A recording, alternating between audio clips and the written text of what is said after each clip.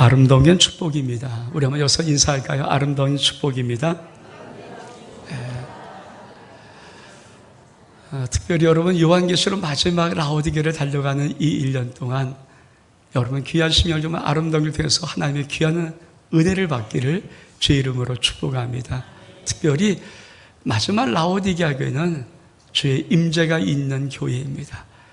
여러분 신명 12년 1년 365일 속에 주의 임재를 만나고 임재를 경험하고 그 임재 속에서 주님과 아름다운 교제를 나눌 수 있는 사랑의 시간 될 수 있기를 주의 이름으로 축복합니다. 여러분 라오디게아 주시는 이 영광의 보좌 함께 앉는 축복은 정말 떨릴 정도로 두려울 정도로 멋있는 축복입니다. 아마 성경 66권의 축복 중에 이런 위대한 축복이 있을까 할 정도로 정말 놀라운 축복이거든요. 저는 우리 아름다운 교회가 6년 동안 달려왔던 에베소부터 빌라델피아까지 이제 마지막 한 교회 남은 라오디게아를 통해서 정말 이 하나님의 영광의 보좌가 무엇인가를 아는 정도가 아니라 이기는 자에게 주시는 하나님의 영광의 보좌에 함께 앉는 위대한 영광을 받기를 주의 이름으로 축복합니다. 정말 이 영광이 여러분 가운데 임하에 하나님 앞에 믿은 결론이 무엇인가를 하나님 우리에게 말씀하시는 것이거든요. 제가 말씀을 준비하면서 하나님의 이런 느낌을 받았어요. 어떻게 하나님의 보좌를 말로 설명할 수 있을까? 설명 불가능이죠. 이건 설명할 수 있는 게 아니죠. 말로 어떻게 합니까? 하나님의 영광의 보좌를. 그래서 하나님의 영광의 보좌를 본 사람들을 소개함을 통해서 이 보좌가 어떤 보좌인가를 느끼고 이 하나님의 영광의 보좌에 앉을 수 있는 1년의 달려감 될 수 있기를 주의 이름으로 축복합니다. 먼저 이사야가 본 하나님의 영광의 보좌가 있습니다. 우리 말씀 볼까요? 이사야 6장 1절로부터 5절까지의 말씀 우리 같이 한번 봉독합니다. 시작. 우시아 왕이 죽던에 내가 본즉 주께서 높이 들린 보좌에 앉으셨는데 그 옷자락은 성전에 가득하였고 세랍들은 모시고 섰는데 각기 6날개가 있어 그 둘로는 자기의 얼굴을 가리었고 그 둘로는 자기의 발을 가리었고 그 둘로는 날며 서로 불러 이르되 거룩하다 거룩하다 거룩하다 만군의 여호와여 그의 영광이 온 땅에 충만하다 하더라. 이같이 화답하는 소리가 말미암아 문지방의 터가 요동하며 성령의 연기가 충만지라. 그때 내가 말하되 화로다 나의 망하게 되었도다. 난 입술이 부정한 사람이요 난 입술이 부정한 백성 중에 거주하면서 만군의 여호와신 왕을 배웠음이로다 하더라. 여러분 이사야는 대단한 선지자입니다. 사실 이사야 신부는 왕족입니다. 근데 그가 하나님의 불을 받은 소명장이거든요. 이사야 6장은 이사야의 소명장이라고 합니다. 근데 여러분 이사야에게 소명을 줄 때 어떻게 하나님이 하시는가? 하나님은 이사야의 눈을 열어서 하늘의 영광의 보좌를 보게 하는 겁니다. 근데 이게 얼만큼 놀라워. 이게 얼만큼 놀라우면 영광의 보좌를 본 순간 이사야가 이렇게 말합니다. 화로다 난 망하게 되었도다. 난 입술에 부정한 백성에서 영광의 왕을 배웠습니다. 망하게 된 자신의 초라한 모습. 이게 보좌예요. 이걸 말로 설명할 수 있겠습니까? 여러분 이걸 말로 설명할 수 있나요? 정말 이사야가 하나님의 소명을 받을 때 그 하나님의 영광의 보좌를 봤어요. 잠깐 본 것뿐이에요. 오늘 읽어준 말씀 잠깐이면 그 말씀의 환상을 아니라 진짜 열린 환상을 보았거든요. 근데 얼만큼 두렵고 얼만큼 무서운지 화로다 망하게 되었다. 내가 망할 수밖에 없습니다. 큰일 났습니다. 죽게 되었습니다. 이것이 영광의 보좌를 본 이사야입니다. 그리고 하나님은 이사야에게 소명을 주시는 거거든요. 근데 여러분 그 소명이 얼만큼 확실하고 분명하냐면 여러분 성경에서 제일 긴 66장까지 이사야는 하나님의 말씀을 선포하고 또 선포하고 또 선포해요. 이사야의 일생은 아버지 말씀으로 선포할 수밖에 없는 선자의 부름받은 그 장. 영광의 보좌 딱 한 번 보여줬는데, 그리고 히브리서 기자는 믿음의 사람 중에 한 사람은 이렇게 말합니다. 어떤 믿음의 사람은 톱으로 켜 죽임을 당하였다. 근데 믿음 배반치 안에 있다. 많은 학자들은 톱으로 켜 죽임을 당한 순교한 자가 이사야 선지자라고 말합니다. 여러분, 자기 인생 톱으로 켜 죽임을 당해도 너무 기쁜 자. 아니, 일생을 하나님의 소명을 붙잡고 일생을 아버지의 말씀을 선포하면서 하나님을 사랑하며 달려갔던 그 이사야, 여러분 딱 한 번 하나님의 영광의 보좌 본 거예요. 이게 얼만큼 영광의 보좌가 얼만큼 거룩하기에, 그래서 말로 설명이 되는 게 아니에요. 제가 무슨 구절도 외친다고 여러분이 알 수 있는 것도 아니고 만질 수 있는 것도 아니고, 그 하나님의 영광의 보좌 여러분 가운데 임하여서 여러분과 신명들이, 우리 아름다운 게 1년 더 달려가 주님의 임재가 뭔지 아십니까? 여러분이 새벽 5시, 오전 10시, 오후 자유시간, 저녁 9시 정말 여러분이 아버지 앞에 나와서 노크기도 하면서, 이 노크기도는 주님의 노크기도 우리의 노크기도거든요. 주님이 여러분의 마음을 똑똑똑 열면서 나야 문 열어, 여러분이 그 마음 열고 하나님의 말씀으로 기도하고 하나님의 임재를 구할 때 1년 어느 한가운데 하나님이 여러분의 심령 속에 정말 이사야가 봤던 그 영광, 여러분 믿음의 사람들이 아무나 한 분을 볼 수 없는 그 영광, 그렇잖아요. 그 영광을 보는, 하나님의 영광을 볼 수 있는 은혜가 있기를 주 이름으로 축복합니다. 이게 영광이에요. 여러분 뭘 하나 받길래 자기 일평생을 아버지 앞에 쓰임 받겠습니까? 일생을 다 쓰임 받고 마지막에 여러분 톱에 켜 죽임을 당하게 할 수 있습니까? 무엇을 받기에? 그게 하나님의 영광의 보좌입니다. 두 번째로 우리 말씀 볼까요? 스데반이 본 주님의 영광의 보좌입니다. 사도행전 7장 54절부터 60절까지 말씀, 시작. 그리 이 말을 듣고 마음에 찔려 그를 향하여 이를 갈거늘 스데반이 성령이 충만하여 하늘을 우러러 주목하여 하나님의 영광과 및 예수께서 하나님의 우편에 서신 것을 보고 말하되, 보라 하늘이 열리고 인자가 하나님 우편에 서신 것을 보노라 한데, 그리 돌로 스데반을 치니 스데반이 부르짖어 이르되 주 예수여 내 영혼을 받으시옵소서 하고 무릎을 꿇어 크게 불러 이르되 주 이제를 그에게 돌리지 마옵소서, 이 말을 하고 자니라. 여러분 스데반 집사는 하나님의 말씀을 정말 백성에게 전했어요. 근데 그 말을 듣고는 그들이 오히려 화가 나서 돌로 쳐 돌을 들었을 때 하나님이 슬쩍 스데반의 환상을 열어서 하나님의 영광의 보좌를 보여주는 거예요.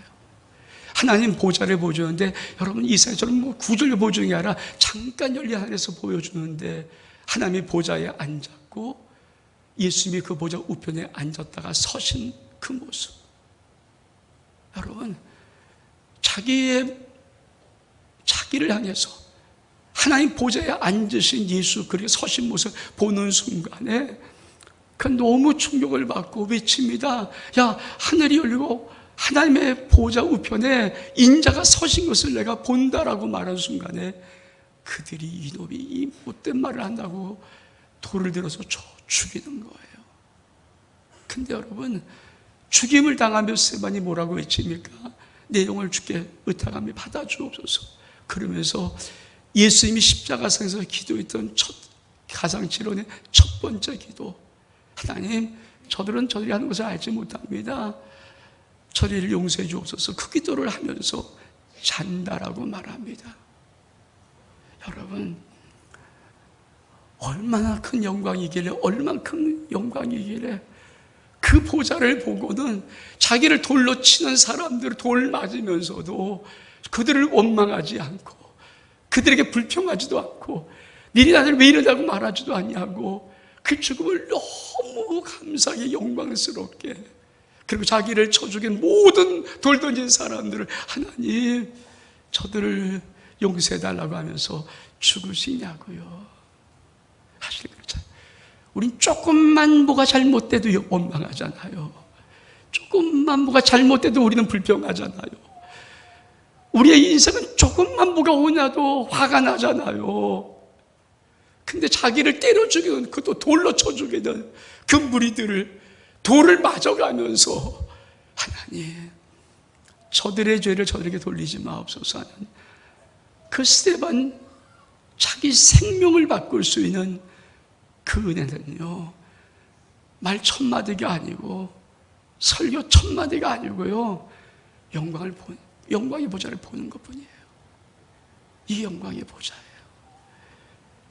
여러분, 이게 말로 설명됩니까?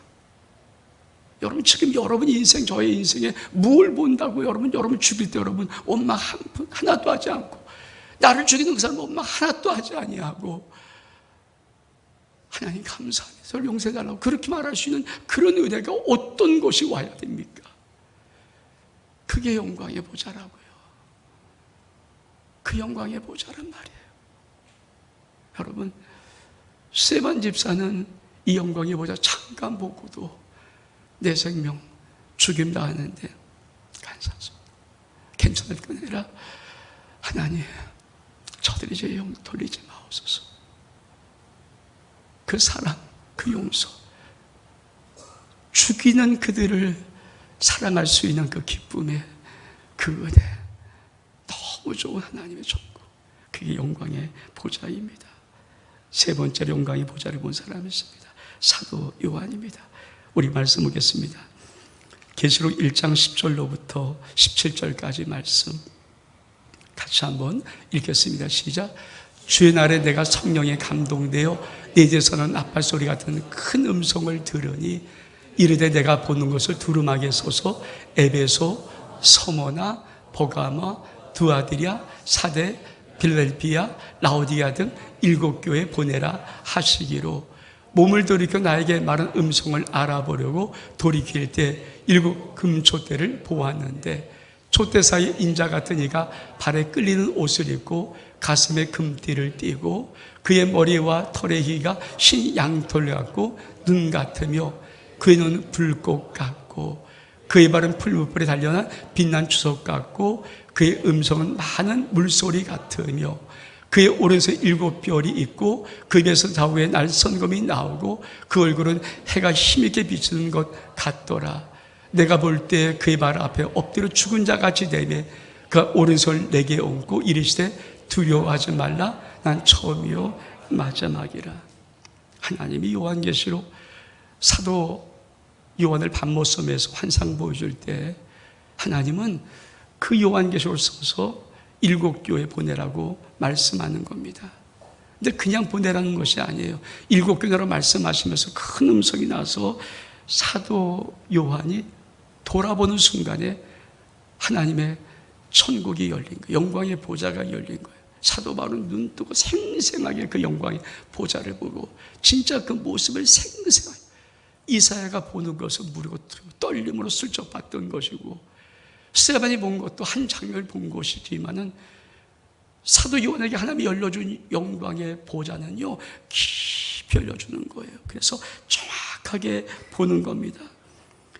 금촛대를 보는 촛대 사이에 인자 같은 이가 발에 끌리는 옷을 입고 가슴에 금띠를 두고 머리털이 희가 흰 양털 같고 눈 같으며 그는 불꽃 같고 그의 발은 풀물과 같이 단련한 부석 같고 그의 무슨 많은 물소리 같으며 그의 오른손에 7별이 있고 그 입에 좌우에 날선검이 나오고 그 얼굴은 해같이 힘있게 비치는 이 주님의 보좌, 영광의 보좌, 주님의 모습을 본 것이거든요. 근데 여러분, 이것을 보는 순간 사도요한이 어떻게 됩니까? 내가 죽은 자같이 되며. 여러분, 우리 하나님이 사도 요한에게 너 요한계시록 7교회, 이 소아시아 7교회에다가 네가 본 것 이거 기록해서 잘 전할 때 그냥 말한 게 아니에요. 그걸 다 저 말씀하시는 그 순간에 영광의 보좌를 보여준 거예요. 왜 그럴까? 우리 안에 목적하신 게 있어요. 그게 무엇입니까? 우리가 봉독한 말씀 볼까요? 라오디게에 이기는 자, 우리 계시록 3장 21절입니다. 시작. 이기던 걔는 내가 내 보좌에 함께 앉혀주기를 내가 이기고 아버지 보좌에 함께 앉은 것 같이 하리라. 1장에 하나님의 영광의 보좌를 사도에게 보여주고, 그리고 2장 3장 보니까 요한계시록 7교회를 말씀해요. 그리고 요한계시록 7교회 맨 마지막 라오디게아에게 이기던 자에게는 내가 하나님의 영광의 보좌를 내가 하나님 앞에 앉은 것처럼 너도 앉게 해주겠다는 거예요. 여러분, 포기할 정도가 아닙니다. 그 영광의 보좌 너 봤니? 그 보좌를 봤니?